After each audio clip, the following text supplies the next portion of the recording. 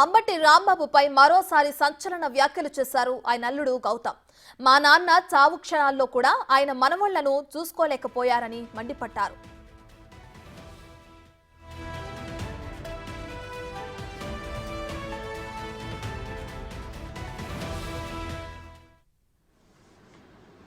అందరూ చాలా క్వశ్చన్స్ అడుగుతున్నారు. దాని తర్వాత అంబటి రాంబాబు గారు ఒక ప్రెస్ మీట్ పెట్టి మరీ చాలా బాగా చెప్పారు. 2 నిమిషాలు మా మామ ఇంత మంచి ఆయన అని నేనే నమ్మేశాను. దాంతో ఇసు అంత మంచితనం కూడా ఉంటే బాగుండేది. బట్ ఆయన ఏం మాట్లాడారంటే 4 సంవత్సరాల నుంచి తన మనవడు మనవరాలు ఆయన దగ్గరే ఉంటున్నారని, వాళ్ళని ఆర్థికంగా ఈయనే జాగ్రత్తగా చూసుకుంటున్నారని, అల్లుడైన నేను ఎటువంటి ఆర్థిక సహాయం చేయట్లేదని, ఇవన్నీ చేయటం వల్ల దుర్మార్గుడిని అయితే గీతే నేనే అవుతాను తప్ప ఆయన కాడని మంచి వాగ్దాటిలో చెప్పారు. ఏదైనా దాన్ని ఒప్పుకోవాలి, ఆ స్కిల్ని ఒప్పుకోవాలి.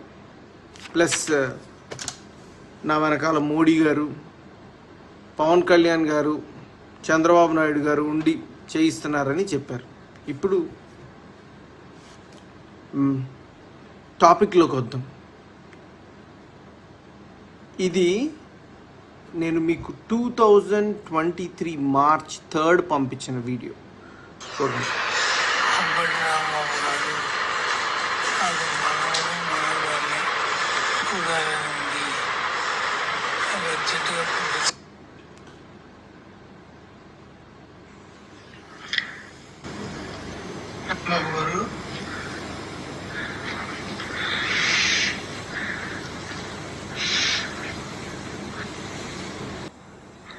ఆయనకి మాట కూడా రావట్లేదు రాంబాబు గారు.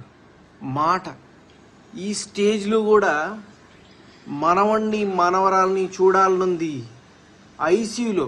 ఇవన్నీ నేను మీకు ఎన్ని వీడియోస్ ఎన్ని మెసేజెస్ పెట్టాను. I'm ready to do anything.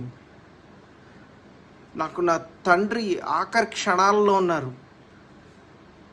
March 22 నా తండ్రి మరణించినప్పుడు తన మనవణ్ణి మనవరాల్ని చూసుకోలేదని ఒక తాత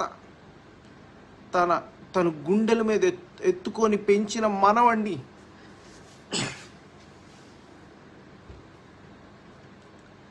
మనవరాల్ని చూసుకోలేదని ఎంత కృంగిపోయి ఉంటారో నీ ఊహకి తెలుసా? ఇదేనా మీ మంచితనం? దీని గురించేనా మీరు మాట్లాడుతుంది? అంటే మీ ఫ్యామిలీని క్వశ్చన్ చేస్తే ఎంత దుర్మార్గం చేసేస్తారా? ఒక తండ్రి ఆఖరి కోరిక తీర్చలేని ఒక కొడుకుగా who is going to answer me? నిన్ను నమ్మి 4 సంవత్సరాల నుంచి మిమ్మల్ని నమ్మి మీరేదో న్యాయం చేస్తారని విసుగెత్తి నేను కోర్టుకి వెళ్తే నా తండ్రి ఆఖరి క్షణాలలో తన మనవణ్ణి మనవరాల్ని చూసుకోవాలని ప్రాధేయపడి మీ అందరికీ ఫోన్లు చేసి కాల్స్ చేసి ప్రాధేయపడితే పంపించలేదు. దీన్నేనా మంచితనం అనేది? ఇప్పటికైనా చెప్తున్నా, మీరు నా కొడుకుని నా కూతుర్ని పోషించనే అక్కర్లేదు. నేను ఆరోగ్యంగా ఉన్నాను, ఆర్థికంగానూ బాగానే ఉన్నాను. నా కొడుకుని నా కూతుర్ని రేపు మీడియా సాక్షిగా నేను వచ్చి తీసుకెళ్తాను. ఓకే చెప్పండి. ఓకే, నా కొడుకుని నా కూతురు నా ఇంటి దగ్గర డ్రాప్ చేయండి. పోని నేనేమన్నా వద్దన్నానా? మీరు రూపాయి పెట్టనక్కర్లా. వాళ్ళని బంగారంలా గుండెల మీద ఎత్తుకొని పెంచుతా. నాన్న అని 4 సంవత్సరాల నుంచి నాకు వాళ్ళకు దూరం చేసి మనిషిలోని ప్రాణాన్ని తీసేసి ఎటువంటి తప్పు చేయలేదు అని ఎలా బుకాయించగలుగుతున్నారండి మీరు?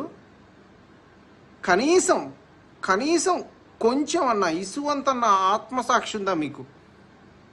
మీరే ఆలోచించుకోండి. ఇంతకుమించి నేను మాట్లాడను, ఇంతకుమించి నేను అడగను, చెప్పను. మీరే ఆలోచించుకోండి. ఇది ప్రజలే ఆలోచించుకుంటారు. రైట్. ఇక నిన్న అంబటి రాంబాబు అసలు ఏం మాట్లాడారో కూడా ఇప్పుడు ఒకసారి చూద్దాం. విశాఖపట్నంలో గొడవ జరిగింది. కోడెల శివరాం గారి మామగారు నాతో మాట్లాడాడు. ఎవరో మాట్లాడిస్తే నా పార్టీ వాళ్ళే మాట్లాడిస్తే, ఏమండి కోడెల శివరాం గారుకి వీళ్ళ భార్యకి తగాదా ఉంది, దీనిలో మీ సహాయం కావాలని మాట్లాడిచ్చారు నాతో.